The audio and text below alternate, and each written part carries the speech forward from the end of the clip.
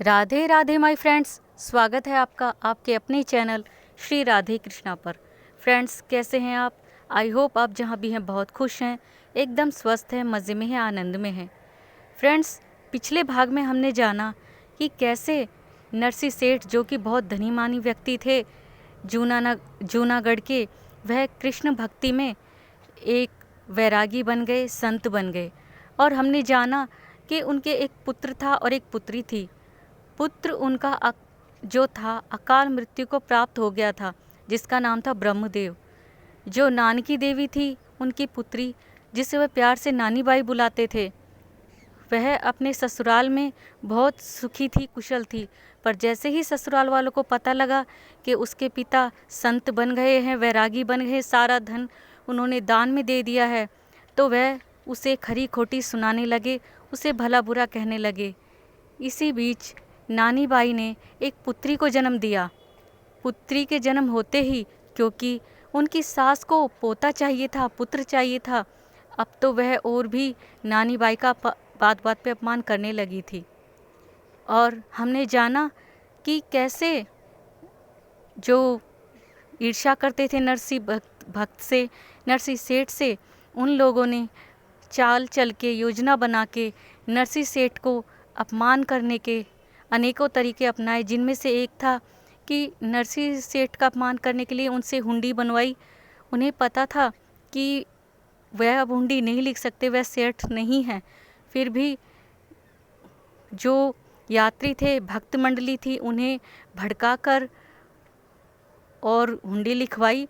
और पर फिर भी कृष्ण जी ने अपने भक्त का मान रखा और वहाँ द्वारका जी में भक्त मंडली को स्वयं कृष्ण जी ने आकर अपने भक्त का मान रखने के लिए धन दिया। और जब उनकी यह चाल कामयाब नहीं हुई, योजना कामयाब नहीं हुई, तो उन्होंने एक दूसरी चाल चली और एक वेश्या को पैसे देकर कहा कि तुम नरसी भक्त को बदनाम कर दो और सबसे ये कह दो कि उसने तुम्हारे साथ बुरा व्यवहार किया है, व्यभिचार किया है, बुरा आचरण किया है। और वेश्या ने वैसे ही किया।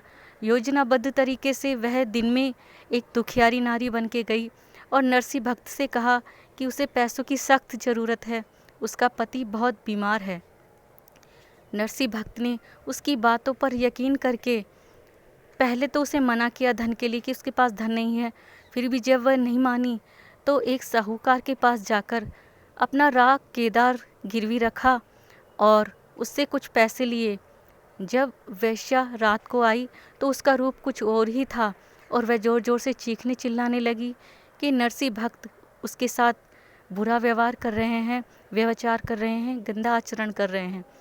राजा के कुछ सिपाही वहां आ गए और उसके चीखने चिल्लाने पर वह नरसी भक्त को राजा के पास ले गए। नरसी भक्त ने बहुत मना किया, फिर भी राजा उसे पकड़कर ले गए और कहा, राजा अब आपका इंसाफ करेंगे। तो अब इस भाग में हम जानेंगे कि नरसी भक्त के साथ आगे क्या हुआ, उन्हें सज़ा मिली या नहीं। तो फ्रेंड्स, जो सिपाही थे, जो और लोग थे, नरसी भक्त को अपनी निगरानी में पकड़कर और राजा की सभा में ले गए, जहाँ बहुत सारे सेठ बैठे थे, धनी मानी व्यक्ति बैठे थे और राजा स्वयं गद्दी पे विराजमान थे।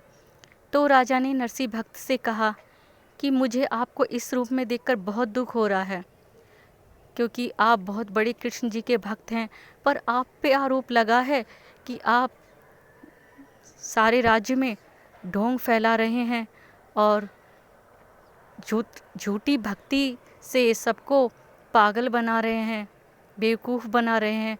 और आपने इस वेश्या के साथ व्यभिचार किया है, बुरा व्यवहार किया है, गंदा आचरण किया है।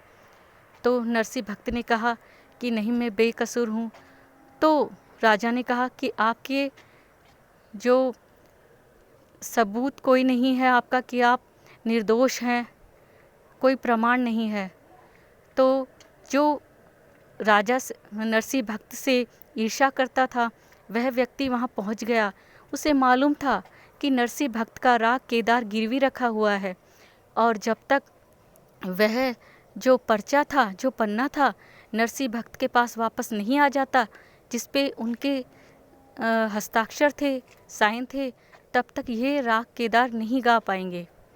तो उसने कहा राजा से कि अगर नरसिंह भक्त राग केदार गाकर, जैसा कि दावा करते हैं कि इनका राग केदार गाने से कृष्ण जी के प्रतिमा के गले में पड़ी हुई मूर्ति इनके गले में अपने आप आकर डल जाती है, तो इनसे कहिए कि राग केदार गाए। अगर ऐसा हुआ, माला इनके गले में अपने आप आकर डल गई, तो हम मानेंगे कि ये दोषी नहीं हैं।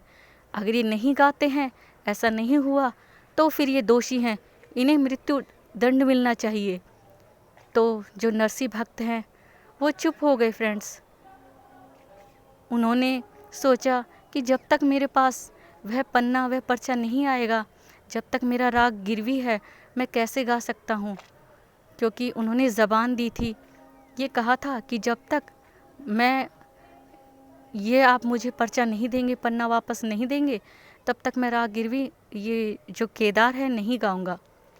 तो राजा ने मृत्यु का जो है उनको आदेश दे दिया कि इनको मृत्यु दंड दिया जाए। पर तभी एक चमत्कार हुआ जिस पर उनके हस्ताक्षर थे। वह पन्ना उड़ता उड़ता हवा में नरसिंह जी के पैरों में आकर गिर गया। और हमारे कृष्ण जी तो लीलाधर हैं, वह कोई भी लीला कर सकते हैं। उनके पैरों में आके गिरा। जैसे ही नरसिंह भक्त ने देखा तो वह समझ गए कि ये ठाकुर जी का इशारा है, और उन्होंने तुरंत राग केदार गाना शुरू किया। राग केदार गाते गाते, जैसा कि हमेशा होता था, कृष्ण जी के गले में से उनकी पुष्पमाला निकलकर अपने आप जैसे हवा में उड़ते उड़ते नरसिंह भक्त के गले में आकर डल गई। और यह चमत्कार वहाँ बैठे सभी लोगों ने देखा, स्वयं राजा ने भी यह देखा। और राजा ने कहा कि मुझे क्षमा कर दीजिए, मैं इन लोगों की बातों में आ गया और आप पर मैंने शंका की, शक किया, तो इसके लिए मुझे क्षमा कीजिए। यह देखकर जो वैश्या थी उसके भी मन में भक्ति जाग गई, और उसने नरसिंह भक्त के चरण पकड़ लिए और कहा कि मेरा कैसे उद्धार होगा मैं नहीं जानती। मैंने जीवन में बहुत पाप किए हैं, और आप जैसे भक्त को मैंने बदनाम करने के लिए क्या क्या नहीं किया, मुझे क्षमा कर दीजिए। तो नरसिंह भक्त ने कहा कि नहीं बेटी, जब जागो तभी सवेरा, तुम बस उस कृष्ण को सुमरो, उसकी भक्ति करो, तो वह तुम्हारी सभी पाप नष्ट कर देंगे। वह बड़े दयालु हैं। जब वह ऐसा कह रहे थे तो जो ईर्ष्या करता था वह व्यक्ति वहीं खड़ा था, और उसके मन में भी नरसिंह भक्त के प्रति आदर जागा, सम्मान जागा, और उसने भी नरसिंह जी से क्षमा मांगी कि मैंने आपको अपमानित करने के लिए क्या क्या नहीं किया, और मुझे दंड मिलना चाहिए, मुझे मृत्यु दंड मिलना चाहिए। तो नरसिंह भक्त ने कहा नहीं, क्षमा मुझसे नहीं, उन ठाकुर जी से मांगो, श्री कृष्ण जी से मांगो, जिनकी भक्ति पर तुमने शक किया। और नरसिंह जी ने उन्हें क्षमा किया और कहा कि आप कृष्ण भक्ति कीजिए। और वहाँ सब उचित हो गया, ठीक हो गया सभा में, और नरसिंह भक्त सम्मान सहित अपने आश्रम वापस चले गए। वहाँ जो नानी बाई थी, उनकी पुत्री अब बड़ी हो चुकी थी, और उनका जो विवाह था वो रख चुके थे। उसकी तिथि रख दी गई थी कि किस तारीख को उसकी शादी है।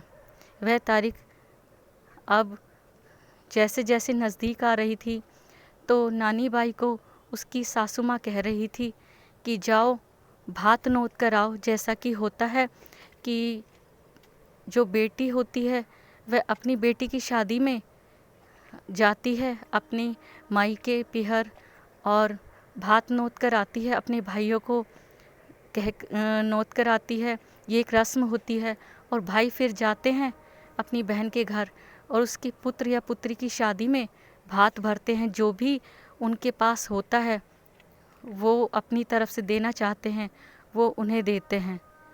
तो नानी बाई को पता था कि मेरे पिता तो अब संत बन चुके हैं, भक्त बन चुके हैं, भला वो कैसे भात भरेंगी, कैसे उनके पास धन कहाँ से आएगा, वो तो बहुत निर्धन है। फिर भी उनकी सास नहीं मानी, ताने दे देकर ज़बरदस्ती उन्हें वहाँ भेज दिया नानी बाई को।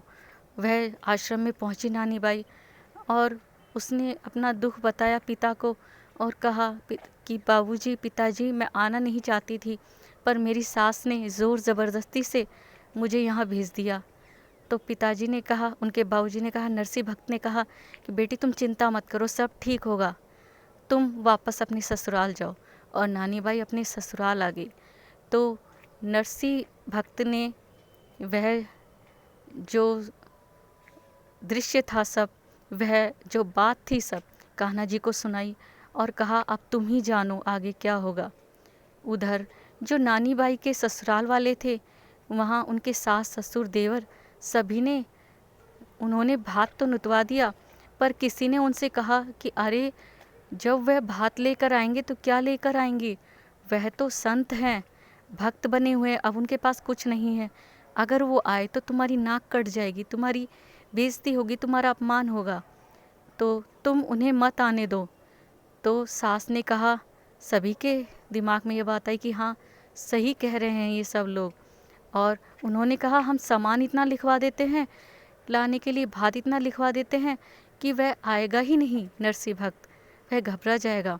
और यह सोचकर उन्होंने भात में सामान लिखवाया जो सोच से भी परे होता है, जैसे 1.25 मन काजल, सोने की ईंटें, हीरे जवाहरात की जूतियाँ, और सभी के लिए जितने भी उनके राज्य में स्त्रियां हैं उनके लिए हीरे जड़ित मोती जड़ित चुंदड़ियाँ, और बहुत सा धन, बहुत कुछ जो एक आम इंसान नहीं दे सकता, यहाँ तक कि एक राजा भी नहीं दे सकता, इतना सामान उन्होंने लिखवा दिया। और वह पर्चा देकर, वह पन्ना देकर, वह सामान देकर, सामान की लिस्ट देकर, जो वहाँ के पंडित जी थे या उस समय नाई भी होते थे, वह पर्चा लेकर नरसिंह भक्त के पास पहुँचे आश्रम में और उन्हें दिया। नरसिंह भक्त ने वह देखा और मुस्कुराकर कहा, पंडित जी खाना खाकर जाइएगा। तो पंडित जी ने कहा ठीक है। पंडित जी उनका मुख देख रहे थे कि उन्होंने पर्चा पढ़कर भी कुछ नहीं कहा, जबकि बहुत मात्रा में सामान लिखा हुआ था। तो पंडित जी ने कहा ठीक है, और वह खाना खाकर वापस चले गए। इधर नरसिंह भक्त ने वह पर्चा लेकर जिसमें कि सामान लिखा हुआ था ठाकुर जी के चरणों में रख दिया और कहा कि आप जल्दी आना भात भरने के लिए, अब आप ही को सब करना है, आप ही के हाथों में मेरी लाज है। तो वहाँ ससुराल में जो नानी बाई थी उसे पता था कि मेरे पिता ये सब नहीं दे पाएंगे, भात नहीं भर पाएंगे, तो मैं क्या करूँगी। उधर नरसिंह भक्त को कोई चिंता नहीं थी, क्योंकि वो तो कृष्ण पर ही उनका पूरा जो विश्वास था, श्रद्धा थी, वह बिल्कुल अटूट थी। कृष्ण पर उनका पूरी जो श्रद्धा और विश्वास था वो इतना था कि किसी भी स्थिति में वह डगमगा नहीं सकता था। जो नरसिंह भक्त थे वह अब चले भात भरने के लिए, अपने साधु संतों को बिठाकर, जो कि सभी अंधे थे, और बैलगाड़ी में बिठाया, खुद बैठे और चल पड़े। बीच जंगल में जाकर उनकी बैलगाड़ी टूट गई और वह सभी गिर पड़े। तभी नरसिंह भक्त ने ठाकुर जी को पुकारा, भजन गाकर अपने कान्हा को पुकारा, और कान्हा आ गए। जब भी भक्त पुकारे तो हमारे कान्हा मुसीबत में हमेशा आते हैं।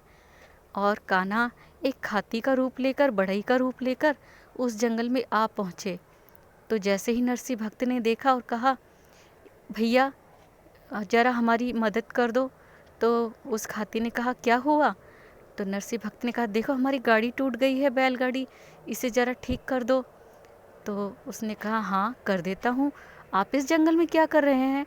तो नरसिंह भक्त ने कहा हम जो है सभी भात भरने जा रहे हैं, नानी बाई का, मेरी बेटी का, तो वहाँ हमें जाने में देरी हो जाएगी, यहाँ रात हो गई, जंगल है, जानवर भी होंगे, तो थोड़ा संतों को डर लग रहा है, अगर आप ठीक कर देंगे तो आपका भला होगा। तो ठाकुर जी ने वह गाड़ी ठीक कर दी और कहा कि मुझे भी इस गाड़ी में बिठा लीजिए। तो साधु संत बोले कि नरसिंह जी ये जंगल है और हमें तो लगता है ये कोई ठग है, अपने टांग तपूरे जो हैं वह बचा कर रखना, कहीं चुरा ना ले जाए। तो नरसिंह भक्त मुस्कुरा दिए कहा नहीं नहीं, ऐसा लगता तो नहीं ना इन्हें देखकर। तो कहा गाड़ी तो छोटी है, हम आपको कैसे बिठा सकते हैं। तो ठाकुर जी ने कहा आप बस हाँ कीजिए, मैं अपने आप अपना स्थान बना लूँगा, अपने आप बैठ जाऊँगा। तो भक्तों ने कहा चलो ठीक है, बैठा लीजिए इसको भी। तो ठाकुर जी उनके साथ बैठकर चले गए और वहाँ जाकर उतर गए। नरसिंह भक्त अपने संतों के साथ वहाँ अपनी बेटी के नगर में पहुँच गए। वहाँ जब पता लगा कि नरसिंह भक्त अंधे और संतों के साथ, भक्तों के साथ आ पहुँचे हैं, तो यह खबर नानी बाई को भी मिली। नानी बाई मारी खुशी के फूली नहीं समाई।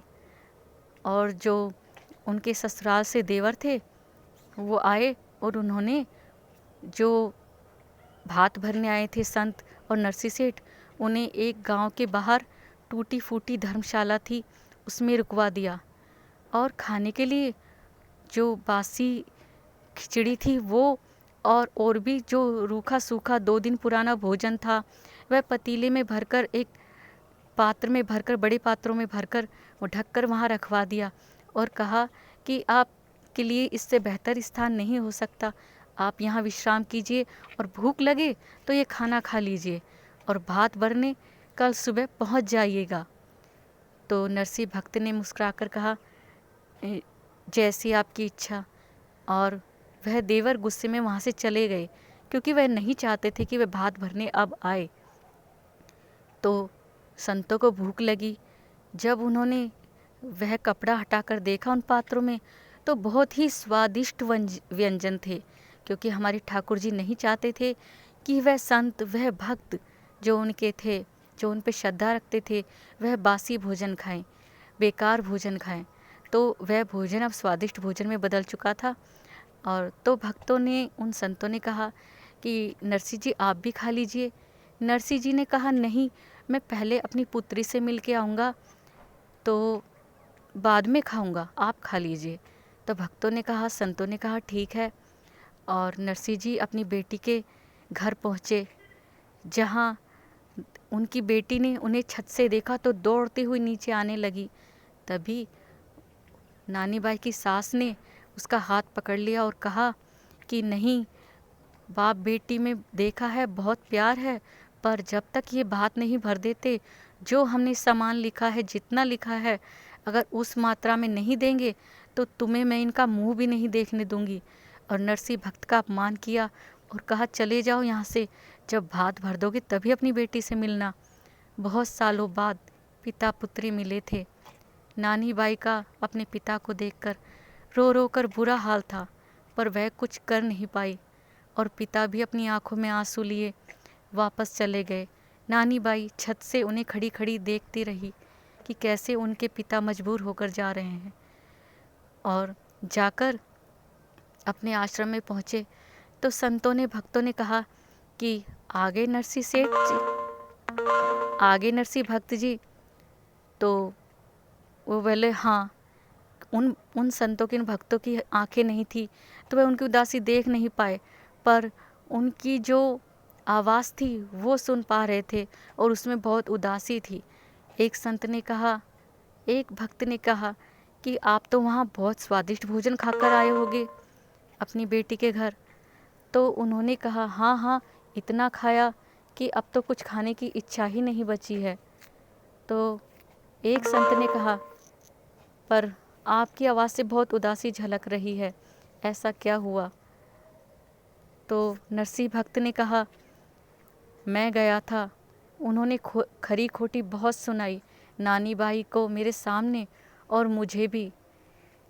फिर अब क्या था, नरसिंह सेठ को, नरसिंह भक्त को चिंता सताने लगी और उन्होंने अपने ठाकुर जी के चरण पकड़ लिए, कृष्ण जी के चरण पकड़ लिए और कहा कि अब तो तुम्हें कल सुबह ही जल्दी आना होगा। और वह रात में भजन गाते रहे पूरी रात और कान्हा जी को पुकारते रहे। कान्हा जी उनकी पुकार सुनकर सवेरा होने से पहले आ गए। तो नरसिंह भक्त कान्हा से गुस्सा हो रहे थे, नाराज़ हो रहे थे, तो उनकी ओर देख भी नहीं रहे थे। कान्हा जी ने कहा अरे मेरे भक्त देखो तो, मैं आ गया हूँ भात भरने के लिए नानी बाई का, अपनी बहन का। तो नरसिंह भक्त ने कहा, जाओ, मैं तुमसे बात नहीं करता, तुमने कितनी देर लगा दी आने में। तो रुक्मिणी जो थी श्री कृष्ण की पत्नी अर्धांगिनी, वह भी साथ में आई थी। तो ठाकुर जी ने इशारा किया कि तुम मनाओ भक्त को। तो रुक्मिणी आगे आई और रुक्मिणी जी ने कहा कि देखो नरसी, मैं भी आई हूँ नानी बाई का भात भरने, अब तो खुश हो जाओ। तो नरसिंह भक्त खुश हो गए। उधर नानी बाई ने सोचा कि मेरे पिता भात नहीं भर पाएंगे, और वह पिता के अपमान से बहुत दुखी हो गई थी। तो उसने आत्महत्या करने की सोची, और जैसे ही आत्महत्या करने के लिए कुएं में छलांग लगाने लगी, तभी ठाकुर जी आ गए, कान्हा जी, और उसे रोककर कहा नानी बाई को, नानी बाई बहन, ये क्या कर रही हो? मैं आ गया हूँ तुम्हारा भाई, और मैं तुम्हारा भात भरूँगा, तुम बिल्कुल भी चिंता मत करो, जैसा तुम्हारा ससुराल वाले चाहते हैं वैसा ही भात होगा, और तुम खुशी खुशी अपने घर जाओ, और सबसे कहना हम भात भरने ज़रूर आएंगे। तो नानी बाई को अब इतनी खुशी हुई, इतनी खुशी हुई कि शब्दों में कह नहीं सकते, और वह नाचती गाती अपने घर पहुंची, और वहां जाकर खूब खुशी मनाई। तो नानी बाई की सास ने सोचा, देवर ने सोचा, सभी ने सोचा, ननद ने सोचा कि मारे ये पिता के बारे में सोच सोच कर इतनी दुखी हो गई है कि पागल हो गई है, और पागल होकर नाच रही है। तो नानी बाई ने कहा, मेरे भाई साहब आएंगे, मेरे भैया आएंगे, और मेरे बाबूजी आएंगे, और वह भात भरेंगे, और खूब भात भरेंगे, तुम सब देखना। सभी ने सोचा नानी बाई पागल हो गई है। और सुबह जब गांव वालों ने आकर बताया कि नानी बाई को बताया, और उनकी सास को भी बताया, उनके घर में सभी को, कि तुम्हारे पिता आ रहे हैं भात लेकर, और इतना सामान है पीछे, इतना सामान है कि सभी गांव वाले देखे जा रहे हैं। और नानी बाई की तो खुशी का ठिकाना ही नहीं था, और उनकी सास, देवर, ननद भी सोच रहे थे कि ये गांव वाले क्या बोल रहे हैं, ऐसा भला कैसे हो सकता है। मगर जब छत पर जाकर देखा दूर, तो इतनी बैलगाड़ियाँ पीछे आ रही थी नरसिंह भक्त के पीछे, इतनी ऊंट गाड़ियाँ पीछे आ रही, इतने ऊंट, इतने हाथी, इतने घोड़े, और सब पर सामान लदा हुआ है। तो यह सबकी आंखें देखकर सबकी आंखें फटी की फटी रह गई। वे एकदम चौंक गए कि ऐसा भला कैसे हो सकता है, इतना धन नरसिंह सेठ के पास, नरसिंह भक्त के पास, जो कि अब संत बन चुके हैं, तो उनके पास कहाँ से आया।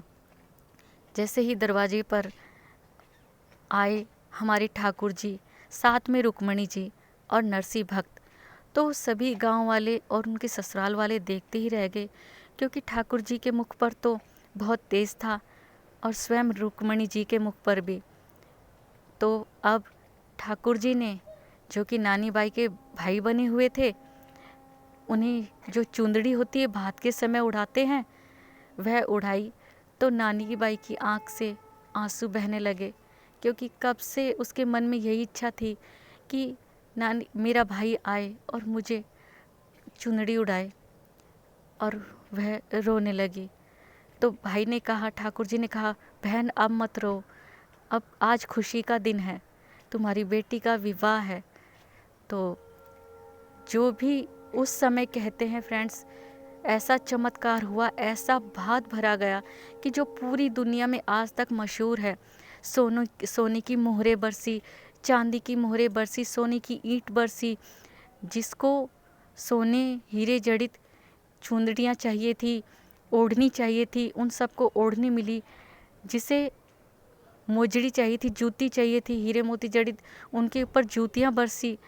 और जिन्हें दुशाला चाहिए थी, महंगी कीमती, उनके ऊपर दुशाला बरसी। जिसको जो चाहिए था उसे वहाँ उस भात में बहुत बहुत इतना मिला कि जिसकी कोई हद नहीं। और कहते हैं फ्रेंड्स कि उस समय सवा पहर तक, यानी आप लगभग लगा लीजिए कि 4-5 घंटे तक सोने की मोहरे बरसी और हीरे मोती बरसे। तो हमारे ठाकुर जी ने ऐसा भात भरा नानी बाई का, जो कि आज भी दुनिया उसे जानती है। तो जो नानी बाई की सास थी, सासू माँ, उन्होंने पूछा कि आप कौन हो? नानी बाई का भाई तो मर चुका है। तो ठाकुर जी ने कहा कि मैं सांवल सा सेठ हूँ, श्यामल सा सेठ। मैं जो है, ये नरसी जी हमारे सेठ जी हैं और नानी बाई मेरी धर्म बहन है, तो इस नाते मैं भात भरने आया हूँ। अब तो सभी खुश हो गए ठाकुर जी के ऐसा भात भरने से।